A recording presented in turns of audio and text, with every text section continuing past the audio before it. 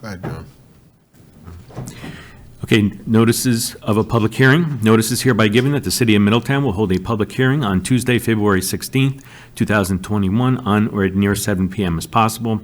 Common Council Chamber, second floor, 16 James Street, to hear any and all persons wishing to be heard on the City of Middletown plan to improve deployments, strategies, policies, procedures, and practices of the Middletown Police Department. Any and all persons wishing to be heard will be given an opportunity to speak for or against the proposed City of Middletown plan of the Middletown Police Department. The complete proposed City of Middletown plan was available on the homepage of the city website. The public hearing shall be conducted via teleconference and live on Channel 20 for viewing. In order to ensure health, safety, and welfare for the city residents, the council will not have the public at this meeting, but will be televised live on Channel 20. Members of the public may also access the meeting to give comments by clicking on the link below and register for the meeting. There's no in-person attendance is permitted for the meeting. Public comment shall be permitted, and all persons participating shall be entitled to be heard. For any person unable to participate at this time of the meeting, email comments may be submitted in advance to jnomchek@middletown-ny.com. Please note that all meetings will be recorded. This was published in the Times-Herald Record on February 8th and February 9th, and also on the city website. So at the time the public hearing is now open. Mayor? Yes, Mr. President, and please note that the Chief of Police is online virtually to address any concerns of the public, or try to address any concerns. On June 12th, Governor Cuomo issued an executive order called the New York State Police Reform and Reinvention Collaboration. The City of Middletown, immediately after the executive order, there were some rules that were forwarded to us. An executive order on safe policing for safe communities, some guidance. And part of that was that we would form a committee to examine what the governor's goals were, and we had several members of the community on the committee. I'd like to name for the record the members of the committee. I was the chairman by the governor's executive order, and we designated Bishop James Rollins as co-chair. He's a former NAACP president. President Rodriguez was representing the Common Council and a member of the Middletown Police Commission. Police Chief Johnny Wanchu, Dave Hoovler from the Orange County District Attorney's Office, Bishop John Williams, the Middletown School District Board President, Carolyn Mucci Merchant, who's a community activist, Lizette Izaguirre, a small business owner and community activist, Bishop Robert Smith, Nigel Watson, a community activist, Theolonica Monk, a small business owner and community activist, Rabbi Rubenstein from Temple Sinai, Freddie Williams, a small business owner, community activist, and now a member of the Middletown School Board, Major Mary Moore of the Salvation Army, Anthony Williams, high school principal, Middletown, Iman Kadar Malik, and Earl Odom, former president of the Middletown NAACP. We had several sessions. We prepared this report. I believe we had 4 sessions. We had, in the report that is available online, as John said, our first panel meeting, we discussed community and police panel issues. There were PowerPoints that were presented by the chief, and each segment had an opportunity for both public and board member discussion.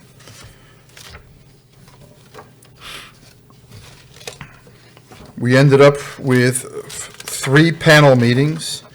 A report was prepared, and we did get some input from the public online at the time.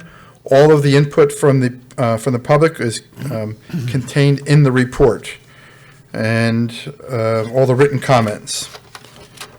We then prepared the final report, and by law presented it to the Common Council.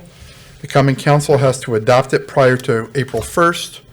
The public hearing, I don't believe, is a requirement, but we requested that the public hearing be granted, and that so we're here tonight to address the issues. And so I think if you want to have the chief make a couple comments, or Okay, Go at right to this the time, public. the chief is online, also with Lieutenant Tholen, and there is one member of the public. Okay. Chief, if you'd like to unmute yourself. Good evening. Can you hear me? Yes. Good evening, council members, mayor. As the mayor said, we put a lot of time and effort into this. I believe that we put together a very strong panel from our community, from all different representatives. And our outcome, we came away with eight takeaways that we have worked on to complete based on the input from the panel, most of which we've already completed, and we are still working towards the completion of some of the additional ones.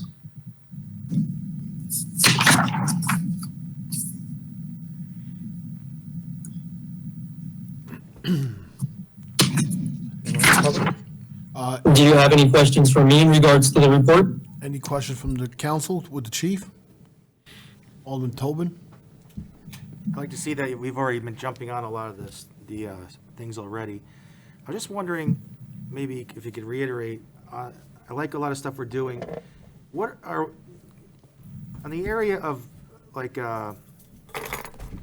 pre-booking diversion, was that discussed in the panel? Like ways that we can get people to, maybe not necessarily enter the court system? I know, hope for the handcuffs. Yes, Alderman Tobin. That was discussed. There's not a great resource for pre-arrest diversion thus far. However, since our meetings have concluded, we have just worked in collaboration with the district attorney's office and Hope Not Handcuffs to expand upon the pre-arrest diversion program. We are one of 5 police departments that agreed to do a trial with this program. It went into effect this week, actually. And for low-level offenses associated with drug use, some petty offenses, we have put in place a policy to give the officer discretion to help the individual get into some type of pre-arrest diversion program, whether it's a mental health program, a drug or alcohol program, or it could be something in relation to social service needs. So that actually just went into effect this week. And that came as an outtake of the meetings, but a need for the whole community, not just Middletown. Oh, thank you.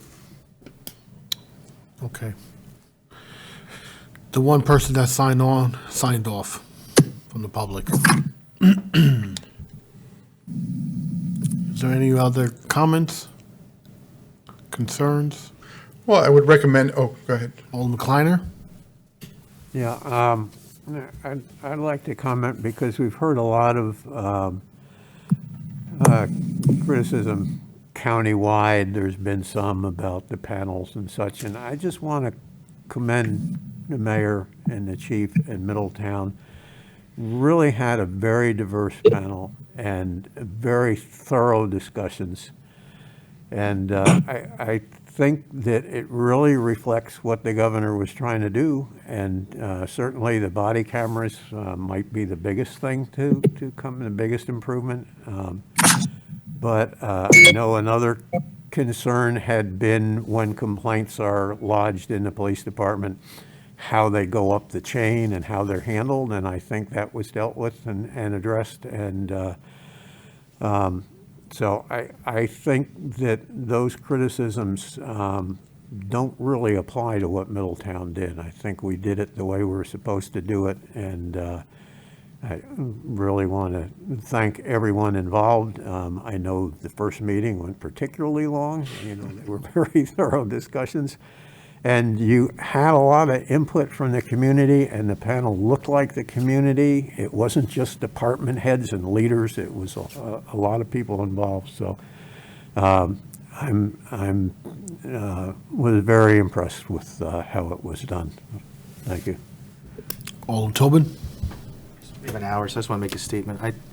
I think this is timely. I know with a lot of the events that have been going out in the country, and I think, unfortunately, sometimes they'll continue. A personal story, when I was in college, I had a little bit of experience with this. Normally, when you get pulled over, my experience was you show your license and registration. They give you a ticket. They don't give you a ticket. You get a warning. You move on. I remember when I was in college, I was working at Friendly's, and I missed the bus home from the mall, and I got a ride home with the line cooks, who were all folks of color. And we got pulled over, and the next thing you know, I was out on the hood being searched, like patted down for, apparently not using the blinker.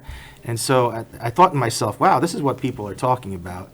And so I think it shouldn't be us versus them. I know some people are saying, well, the police are under attack, but then there's also folks of color who, saying feel like their communities have been under attack for years. So I think it's not a us or them, and I think it's healthy to listen to each other. And this is, I thought this was great. Like Alderman Kleiner said, we really need to work together, and I think we're seeing that in Middletown, to communicate better. And should be maybe something we do, periodically to, kind of bridge that gap. Like in some communities, there's a wide gap between the police and the community. I think we really focus on in Middletown bringing that together. And so this is a healthy thing, and I hope that we've already seen some positive improvements with the leadership of the mayor and the council president and the chief, and I think we're continuing to head in a positive direction, so I think it's a good thing. Thank you. Anyone else?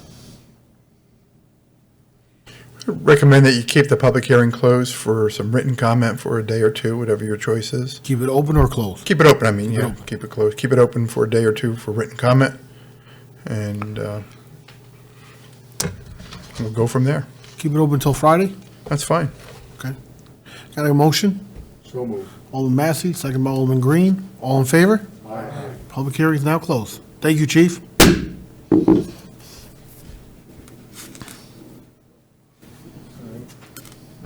No, public hearing's not closed. Public hearing's staying open. Stay it open.